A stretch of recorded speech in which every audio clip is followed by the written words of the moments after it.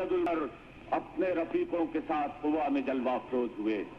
اللہ اکبر کے فلک شگاف نعروں سے زمین اور آسمان گونج اٹھے۔ توحید کے پرستاروں نے آفتاب رسالت کو اپنے جلوں میں لے لیا، زمین اور آسمان کے نور کو جھولیوں میں بھر لیا اور اس گرد کو اپنی جبینوں پر مر لیا جو ناقائے رسول کے پاؤں سے قبا کی فضاؤں میں اڑ رہی تھی۔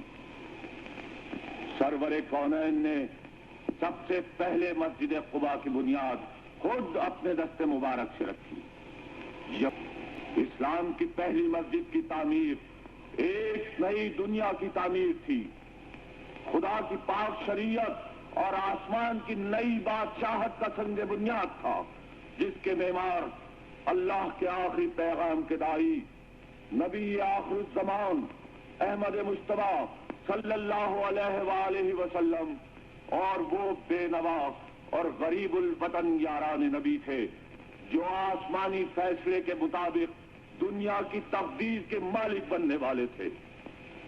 مسجد قباء تعمیر ہو چکی تھی، جس کے لیے اللہ جل شانہ نے ارشاد فرمایا،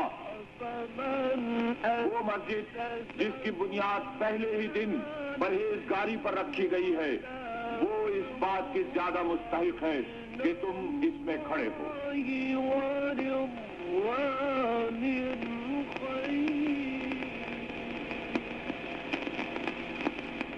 یا